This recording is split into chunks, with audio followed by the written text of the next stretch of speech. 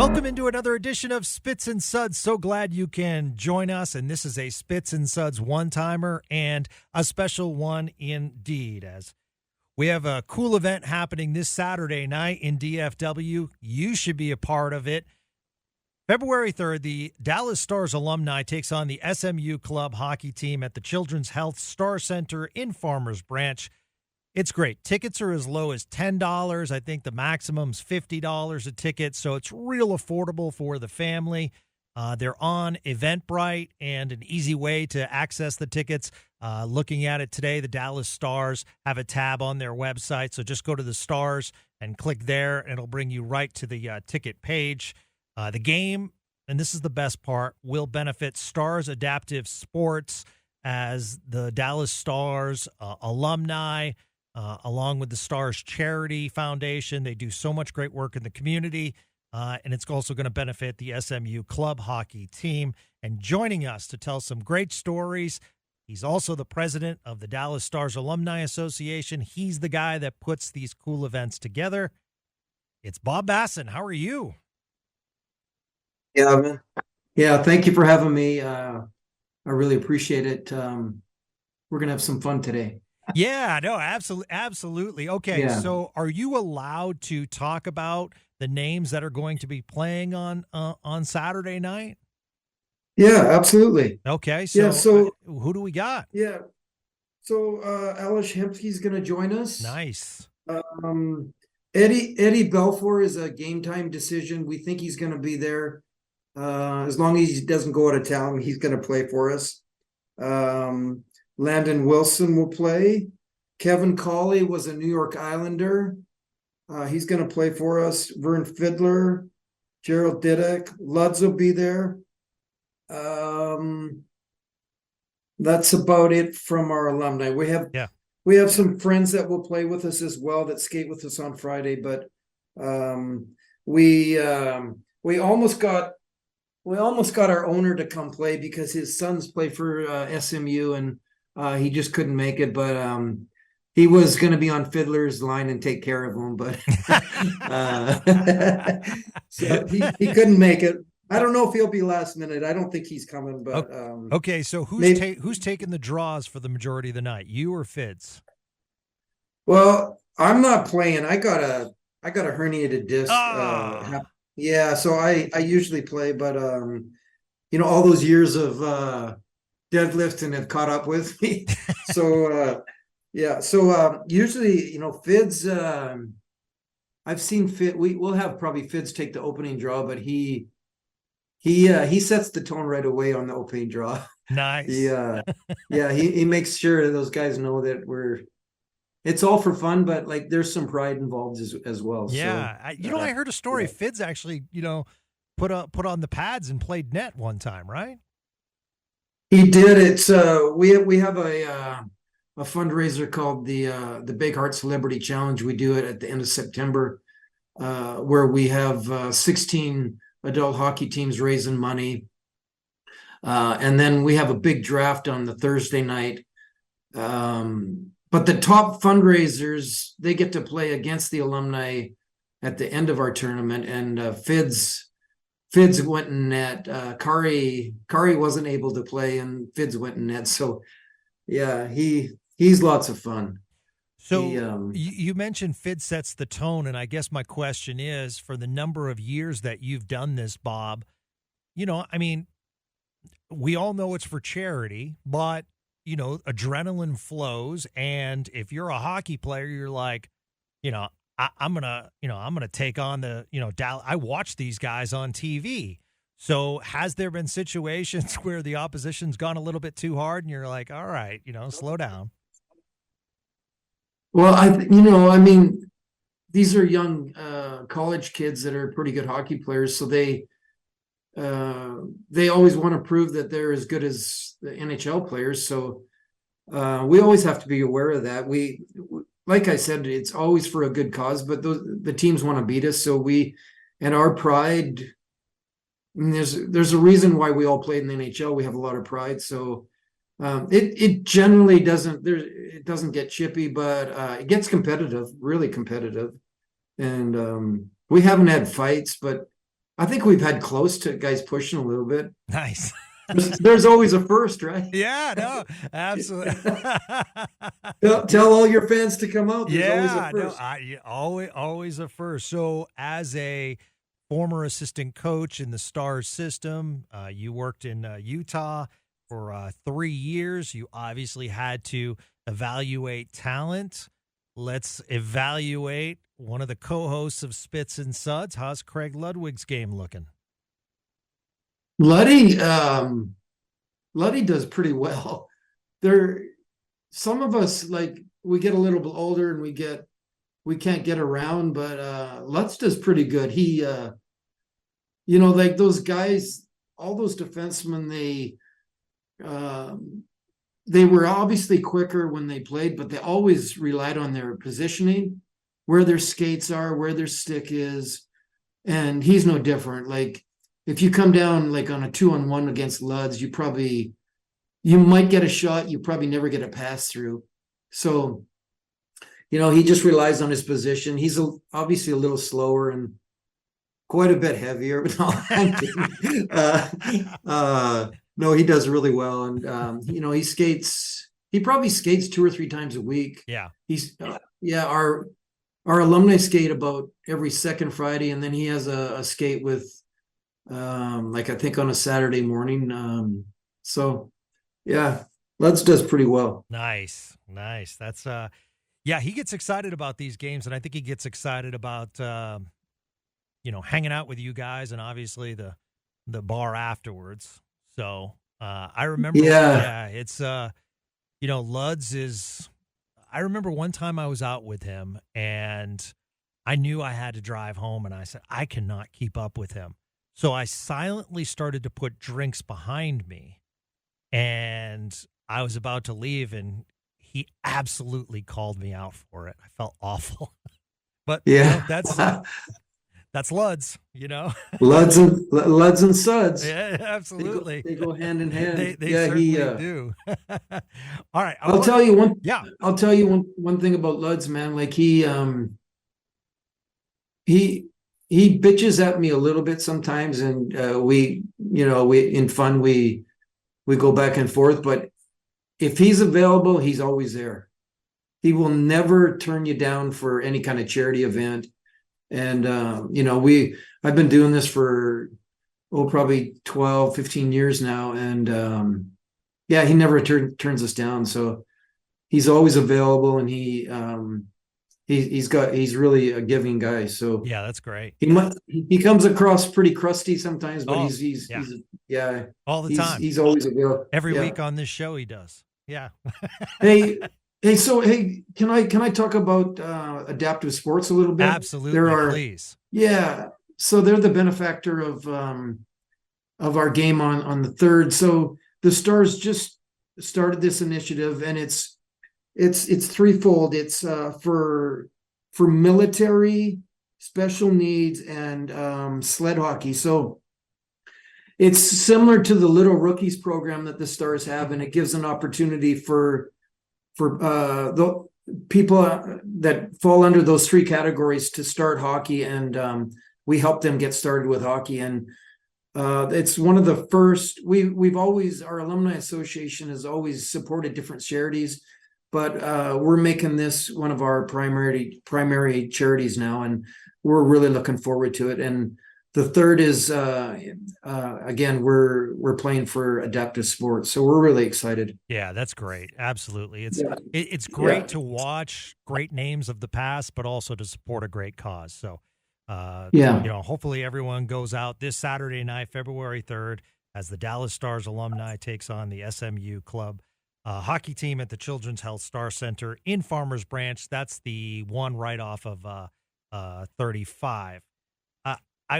And Gavin, one of the neat things that playing at Farmers Branch, it's a small venue. So, like if we on the 17th, we play our annual charity game downtown, and it's a big venue, but with these small venues, you can get up close and personal. When we come off the ice, you could say hello to our alumni. So, it's a really good venue for a small event like that. Yeah, I wanted to ask for those that, wanted to come down. I'm assuming that you guys are just super fan friendly and don't mind saying hi and having a conversation with the fans that are supporting you guys. Our guys are awesome. So like when they come off the ice, if you want an autograph, they'll sign autographs. They'll talk to you. Yeah, we love having people and fans support our charity and support us. So yeah, there's not a guy here that won't talk to someone, and we're really approachable. That's awesome. Once again, and we'll continue plugging it on this podcast. It's this Saturday night at the Star Center in Farmers Branch. I spent some time last night watching some Bob Bassen videos, and I have to say, Bob, it was quite enjoyable. And the first thought that came to my mind regarding your career is, love the makeup of today's Stars team, but I do miss the agitator in the game, the role that you were quite good at as far as, the scrapper, the guy that was just in the middle of things all the time. Do you see that as well missing from today's game? I think overall it's well, as you know, the game's changed a lot. I love the playoffs because more of that comes out. More guys try to get under the skin of the other team and draw penalties. So there's a lot of the game that I love. Now I love the speed, but I still love the Roussells of the world. I think fans love that. They love true competition and true passion and that part of the game. So I missed part of it during the regular season. It happens. Yeah. You'll see it with different rivals, rival games, but there's some nights I secretively wish there was more of that. But I will say this, and we were talking about it the other day. So when I grew up, and I started in '85, but I played with guys growing up in Calgary that were probably more talented than me, but didn't have maybe not the grit, but just the way we played back then. We fought a lot, but they didn't make it to the NHL, and they were more talented than me. Nowadays, these kids have better chance if they're really talented to make it in the game, and I like that. But I still love a guy that's a two-way player that has a lot of grit. Yeah, and I think fans really love the. I believe they love the odd fight and hitting and the competition of the game. So absolutely, and I think also those players can change the game as far as if your team's having a down night, a little bit of physicality or a scrum in front of the net can kind of rile the boys up and kind of change the flow of the game. And I think that's the role that, a Yanni Gord plays well, in the NHL. You don't see it as much. And sometimes when I'm watching hockey and let's say a team's down, I just say, wow, it just, a big check right now, or a scrum in front of the net, or just getting under the other teams, it could really provide a little adrenaline lift. Yeah, and the fans love it too. Yes. There's a reason in the playoffs that, it's hyped up, and there's way more hitting. And it definitely can be a momentum changer as well. Yeah, I miss that part of it, but again, I love the playoffs. And I don't get me wrong, I love the regular season. I just love the playoffs more. Yeah, absolutely. They say the rink shrinks, and that's certainly the case in the playoffs. So we hear about. Let me just add that to that, like our first round last year against the Wild was, there was some borderline dirty stuff, but the intensity of that series was so much fun to watch. Like we were more disciplined than them, but we played, we came out on top because we were more disciplined, but I just love the intensity of that game or that series. So Yeah, there was a recent survey, Bob, as far as, biggest rivals in the NHL or rivalries where fans got to choose. And the Dallas Stars were on one list and the Minnesota Wild were on one list as far there as you number go. one choice. So I think that had a Yeah. lot to do it with it. So, we hear about today with the Kachuk family and the Domi family, but I got to tell you, the Bassen family is impressive. For our Spits and Suds listeners that don't know, your father, Hank Bassen, was a netminder for 14 years in the NHL with Detroit, Chicago, and Pittsburgh. Am I right, Bob? 16 years in the NHL for you? Yes, correct. All right, 16 years in Yeah. the NHL, Yeah. 12 years of being in the playoffs for you. Your brother, Mark Bassen, had a great career in both the AHL and finished strong in Germany. Your nephews, Chaz and Bose Bassen, are still playing in Germany right now. And your son, Riley, is making us all proud locally from Frisco, coming through the Stars Elite system and ready to play for Michigan State next year.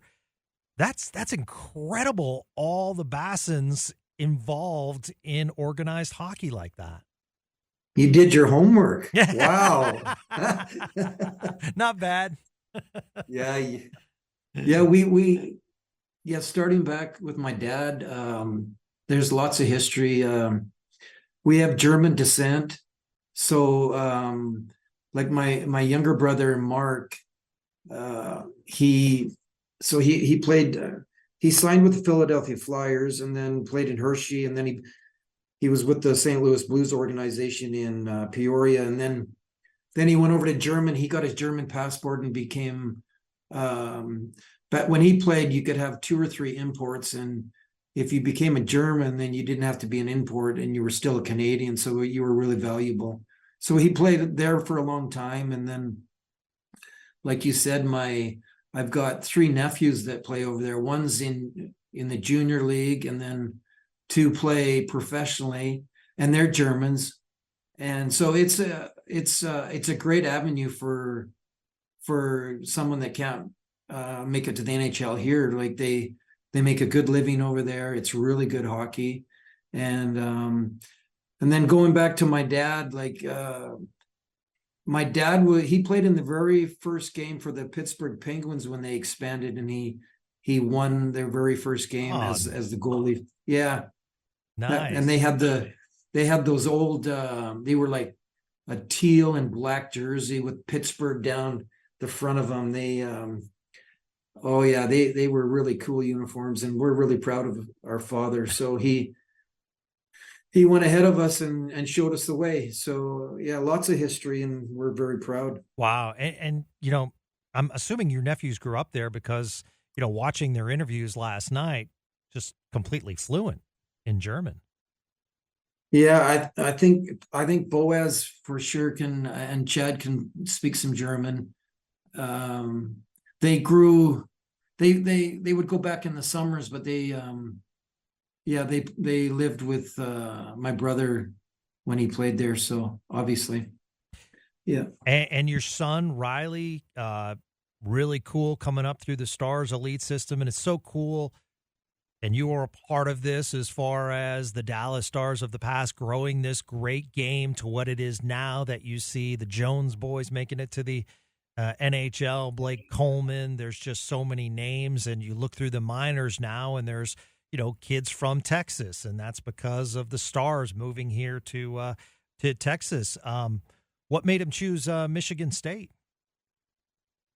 So he, like you said, he played for the Elite, and then he went to a national development camp in by Buffalo. They have that every year. They get selected from their regions, and Michigan State they liked him, and they gave him a visit, and he said, I want to play here. So Danton Cole was the coach that recruited him, and he's moved on. But the new coach came from the development program. His last name is Nightingale, and they have a really good program now. Everybody I talk to says they should compete for a national championship sooner than later. And So he's committed there, and he's playing in Cedar Rapids, Iowa now in the USHL, and I think Gavin, he's a little bit like Roussel.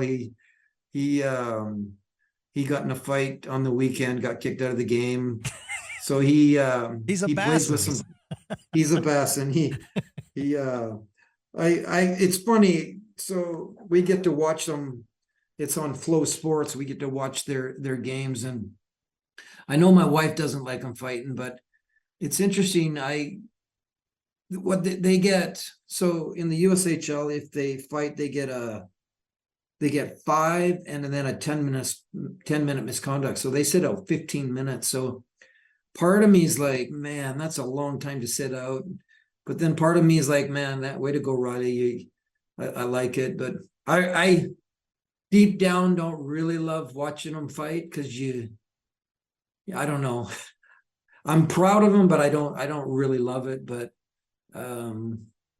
he's doing well.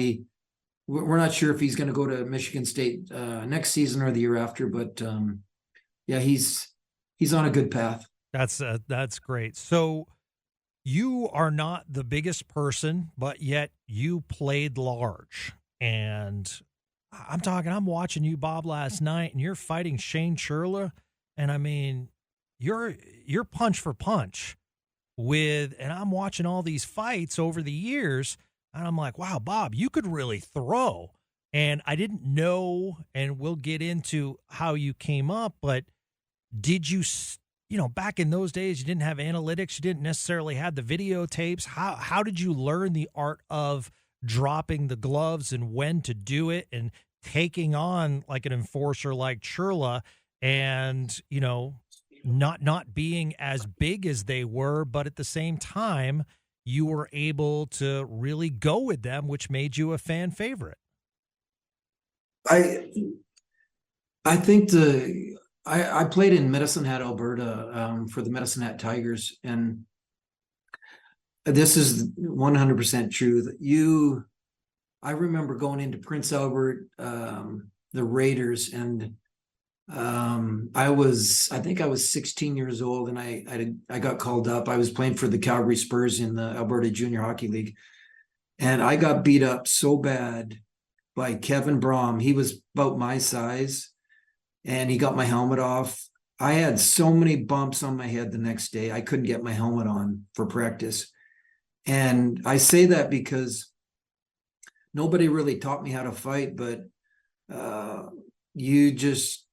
I after that fight, I go, I better learn how to fight, because pretty much everybody had to stand up for themselves back then. And it was a lot of trial and error, and you just learn how to protect yourself. And then some of your buddies on your team give you some hints. But I mean, I wasn't a heavyweight, but we really took care of each other when we played back then. And there was lots of fights that I lost as well. So yeah, you learn real quick. You know what?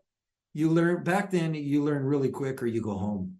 Yeah. So yeah, that was pretty much it. And eventually you can protect yourself and maybe you win an odd fight here and there. So, you don't see as much fighting in the NHL, and you do see veterans still asking, but I do see a lot of it's automatic and just go, which you have to be careful of because of the instigator penalty. But I was wondering what the conversations were like. Was it just a known, or is it on the draw where you say, do you want to go? What was the Bob Bassen language?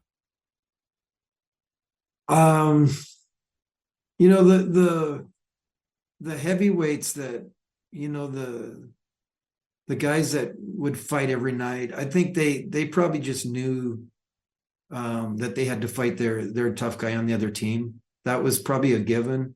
And if you talk to them, they would go to a game, and always their hope was that it was always a game within one goal. It was 3-2 or 4-3. Because if if you got down 3 goals, you probably had to go fight as a heavyweight. And if you were up 3 goals, you probably had to fight because someone was coming after you. But mine was like, I was more of a middleweight, and it was more just the passion of the game for the most part. And a lot of times sticking up for your teammate. I mean, we stuck together like we were family, and you always took care of each other. So mine wasn't as premeditated as some of the tough guys, but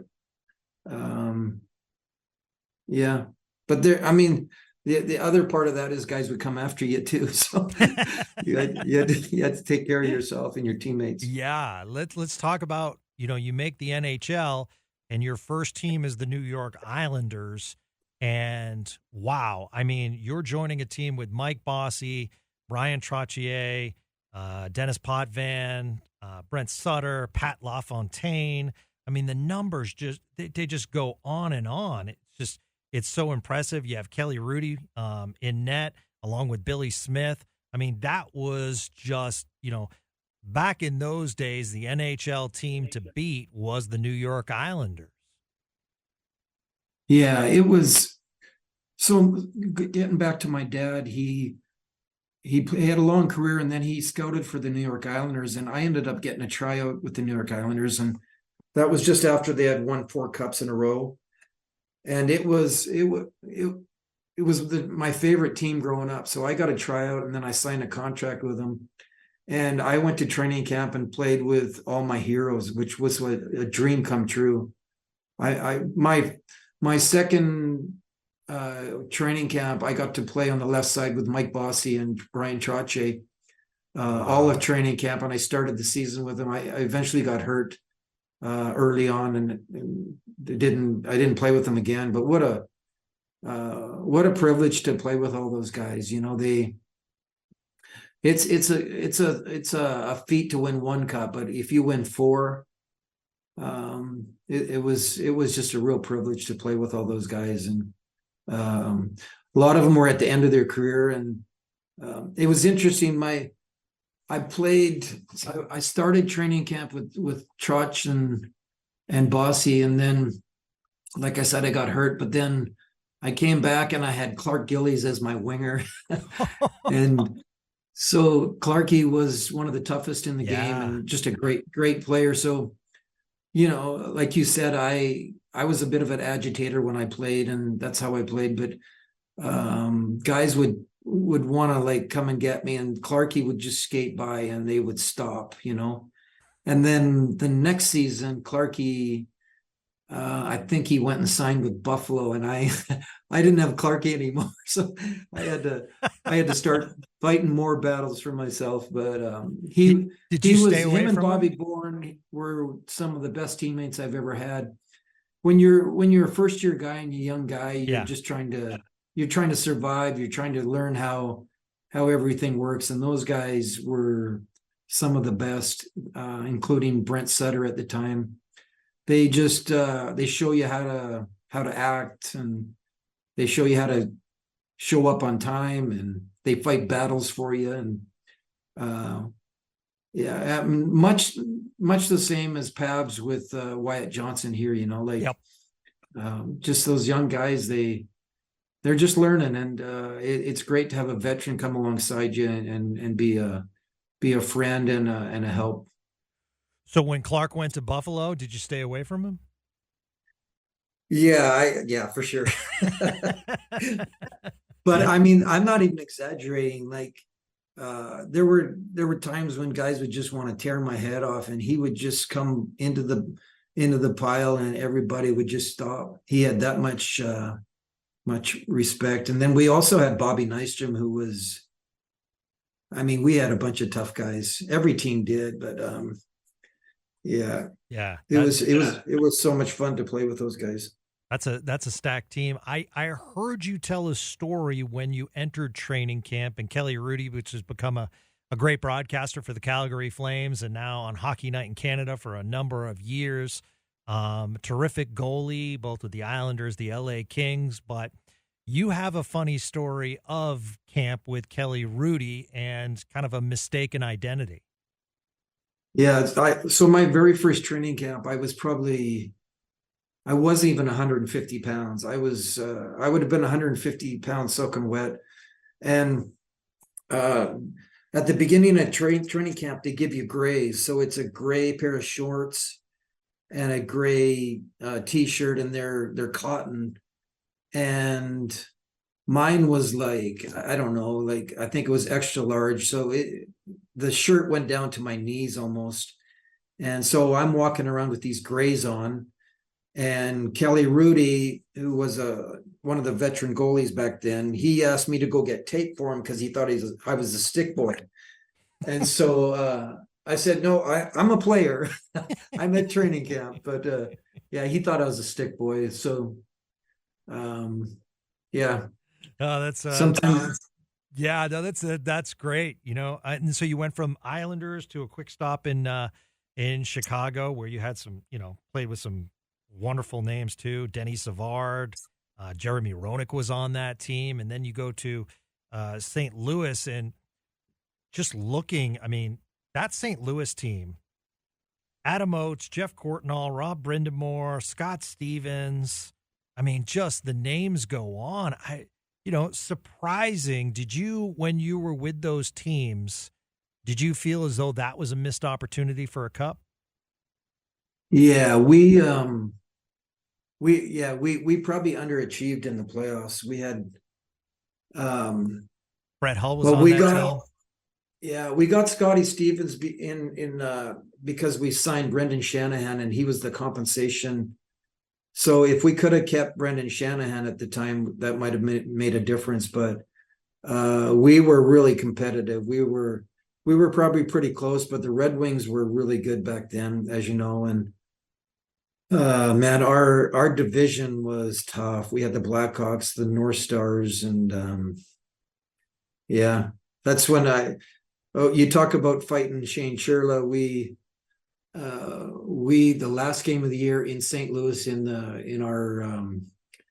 our small barn there, we had to beat the North Stars to get in the playoffs. If they would have beat us, they would have got in. And I think we were up by 2 or 3 goals at the end of the game, and some guy just kept cross-checking me from behind. So I just turned around and dropped my gloves. I didn't know who it was. It was Shane Sherla. Oh, yeah. So that was, but it's funny how the game was back then. He was one of my good friends, and I played with him in Medicine Hat, and then we went at it. So it was quite an era. yeah, no, absolutely. So from there, you head up north, and you play in Canada for the Quebec Nordiques. And a couple questions about that. I mean, you're playing with Joe Sakic, who's a legend.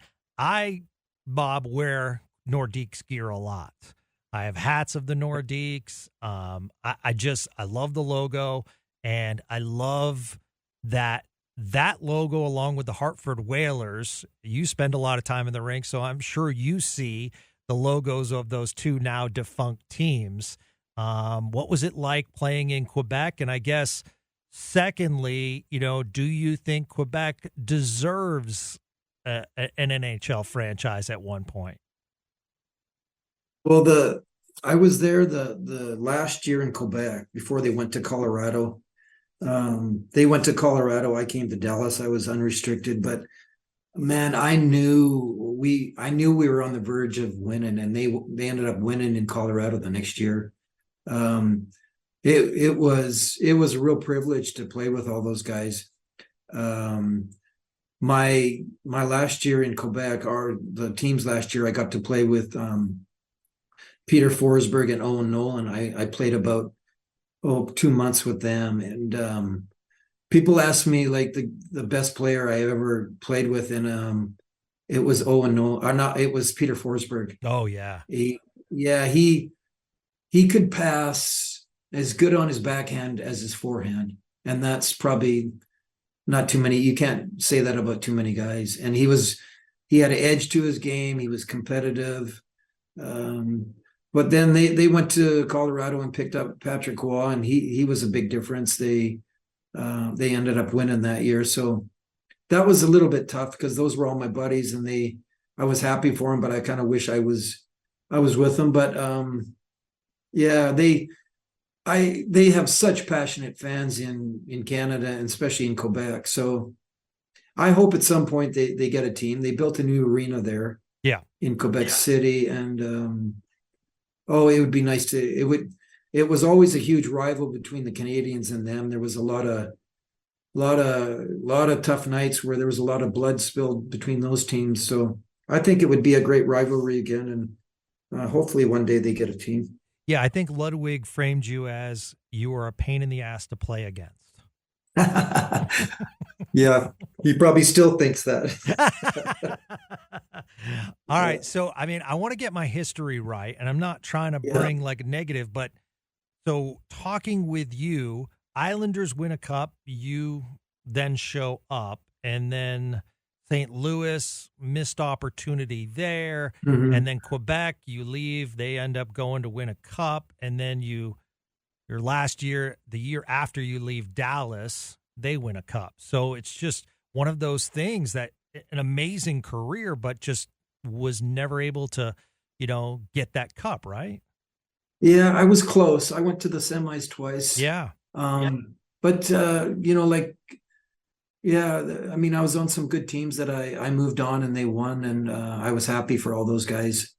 But like I don't think you realize that at the time. Like it's a big deal to have a ring when you retire. Like it just now I knew it was like it was always it's the goal of any guy in the NHL to win a cup and pretty much do anything to try to win. But then when you retire and you see guys that have won cups, it's I think you even want it even more when you don't have it. So Yeah. and you don't have a chance to win it anymore. So yeah, I mean there's a lot of great players that don't have cups, but it's pretty cool to see these guys with rings and they get introduced as cup winners and yeah. Talk. But I don't dwell on it. But yeah. Yeah. Well, I mean, we just got to get you one in Dallas then. That's what we're hoping for. No, absolutely. We have a great team. We got a great team, and we got two good goalies, and we've got a coaching staff that's a great coaching staff, and even better people. So I think we're going in the right direction. You know what I love talking with Rich Peverly yesterday was his passion for this organization, and I think that comes from Jim Nill, and you work very closely inside the Dallas organization, and I hear it from you as well. So, just as excited as I would be to, let's just say, a Rope Hintz raising the cup, I would love to see you raise the cup as well as Pevs and, some Marty Turco and some of the other guys that played in the NHL, because I know it means a lot to you guys too. Yeah, I'm telling you, we have great people in our organization, including Marty and Jim Nill. I mean, I didn't know the coaches that well before they came here, and I know they're great coaches, but anybody that talks to them, they're great people. They take time for you. I really believe that goes a long way. It goes a long way with the players. It goes a long way with fans. I believe we're really close. Like our team. There's how many guys? I think there's 5 or 6 guys that have scored over 15 goals already. Mm-hmm. And some teams you got like 2 or 3 guys that got a bunch of goals and then it drops off. We have quite a mixture of guys that are scoring for us. We have, Wedgwood when he came in, what's his record? He's played 22 games. He's 13-4. That's our backup. Yeah. So, as you know, in the playoffs, you need 2 goalies because you never know. And, Jake's an awesome goalie, but it's good to have 2 goalies. And, Jim Nill, they don't come much better than Jim Nill. Our front office is good. Yeah, we're really excited. as you know, we almost sell out every game now. Yeah, it's special. And yeah, everything is really is good. We need to get in. Well, we'll get in the playoffs, and then we need to make a good run. Yeah, and hopefully win a cup. So I just think that I was wondering last night how Bob Bassen flying around the ice, because I see Wyatt Johnston at a listed 184. I think that's a little probably over, but I mean the freedom that he has to skate around, and you played in a more physical age, and what you would have been able to do as a center too with the players that you played with if you played in today's game. Yeah, I think people ask, could you have played in this age? And I think we all would have adapted. Yep. Because we were all really good skaters. We probably would have worked on our skills more than we did back then. We all did, but yeah, I think we would have all adapted to today's game. Is that your question? What was your question? No, I was just making a statement that I just, I look back and I look at some of the, all-time, a guy like Martin St. Louis and how he was able to thrive. And, you just see smaller, skilled players having the freedom that I don't think in the 70s and 80s they probably would have that. So I think it definitely, I think it's growing the game in many ways because, it's not just a big man's game. In fact, you can't just be a big man. You have to have a multi-skill set now, to be successful, in any form of hockey. So I think that's, it's made the game, better in a lot of, I miss, like we talked about, in the beginning, I miss some of the physicality, but what I do appreciate is the skating skill, the speed, and the ability of players to do 3 to 5 things rather than just one role. So absolutely. Yeah, it's so fast and so skilled. It's fun to watch. Marty St. Louis. So my second last year in Calgary, he was drafted by the Calgary Flames, and at training camp, I think I got to play with him a little bit, and I was like, so that, like you said, that was a time where small guys didn't get much of a chance. And I wanted to play with him because when there's a good player around, and he helps you he makes you better too. But I just remember, and then they traded him, and I thought, oh my gosh, I think they're missing out. And he obviously he's a Hall of Famer, so yeah. So I knew right away he was going to be good. In that training camp, was Jerome McGinley in there yet? Jerome was there. Yeah. Another one for sure. That's I mean, we could go on forever, sir. Can't wait to have you on again. Super excited that Stars fans can go meet you and several other of your favorite Stars alumni. It's the Dallas Stars Alumni Charity Game. Happens this Saturday night, February 3rd, as the alumni take on SMU Club Hockey at the Children's Health Star Center in Farmers Branch. Tickets as low as $10. Great family value. Tickets are on Eventbrite. It's an easy way to find it. Go to the Dallas Stars website, and the game will benefit Stars Adaptive Sports as well as the SMU Club Hockey team. So it's for a great cause. Go support your favorite former Dallas Stars and also SMU, which is a club hockey team now. And the head of the Dallas Stars Alumni Association, Bob, keep up the great work. Thank you so much for what you're doing for this DFW community. We really appreciate it. Man, thank you for having me on. I really enjoyed it.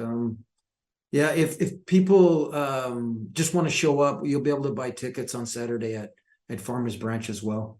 So I appreciate you having me on. Absolutely. Can't wait to watch it on Saturday night. That's NHL veteran Bob Bassen on today's Spits and Suds one-timer right here on 105.3 The Fan. Have a great day, everyone.